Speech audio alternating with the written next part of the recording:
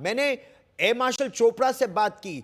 ये चीन की सैटेलाइट की बात जो विदेश मंत्री कह रहे हैं बहुत महत्वपूर्ण है, क्योंकि चीन इंटेलिजेंस, सर्वेलेंस, रिकॉनेसेंस तीनों चीजों में पाकिस्तान की मदद कर रहा था, यह बताने के लिए कि भारत के लड़ाकू विमान कहां पर है, भारत के टैंक कहां पर है, भारत की बख्तरबंद गाड़ियां कहां पर है। हथियार दे रहा था। 80 से 85% हथियार इस समय जो पाकिस्तान के पास है वो चीन में निर्मित है। सुनिए क्या कहना है एयर मार्शल चोपड़ा का।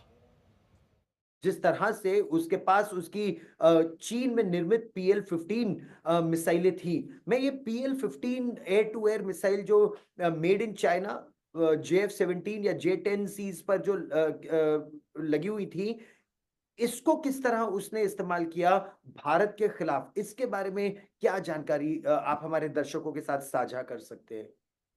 देखिए, पहले तो मैं PL-15 मिसाइल के बारे में बताता हूँ। इसके अंदर एक ओरिजिनल PL-15 है जो चाइना के पास अपने लिए रखी हुई है। एक एक्सपोर्ट वर्जन है PL-15E। जो एक्सपोर्ट वर्जन है उसकी रेंज है 145 किलोमीटर, और जो ओरिजिनल PL-15 है जो नॉर्मली चाइना ने डिसाइड किया है कि वो किसी के साथ शेयर नहीं करेगा, उसकी 180 किलोमीटर रेंज है। और सुनने में आता है कि चाइनीज ने अपने कंट्रोल के साथ, देखिए पहले मैं बताना चाहता हूं, क्योंकि 80% ऑफ जो आर्म फोर्सेज है ना पाकिस्तान की, वो चाइनीज ओरिजिन की है।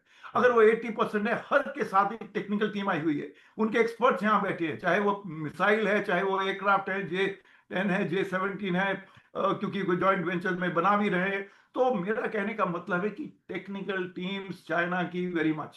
दूसरी बात, पहली बार चाइनीज इक्विपमेंट किसी जंग में पार्टिसिपेट कर रहे हैं। उनको बहुत फिक्र थी कि किसी ना किसी तरह हमारे वेपन्स की ज्यादा बेइज्जती ना हो, मैं if I may use that word, कि उनको बहुत फिक्र थी कि उनके वेपन्स के साथ कोई जाती ना हो, इसलिए वो उनके एक्सपर्ट्स थे। PL-15 जो ओरिजिनल वर्जन जैसे मैं बताया उसकी 180 किलोमीटर रेंज है, और बोथ JF-17 के ब्लॉक 3 और J-10CE जो है, उन हाँ दोनों जी। से वो यूज की जा सकती है। मगर आपने जो डीजी एयर ऑप्स की ब्रीफिंग देखी, उन्होंने एक मिसाइल दिखाई हमें जो साबुत की इंटैक्ट साबुत थी मिली, पूरी। जी। इंटैक्ट मिल गई है, वो उनके पास है। जरूर नहीं है एक ही है, मेरे को तो लगता है दो चार और भी शायद मिलेंगी या मिल चुकी होंगी, वो तो आर्म फोर्सेस को ही मालूम होगा।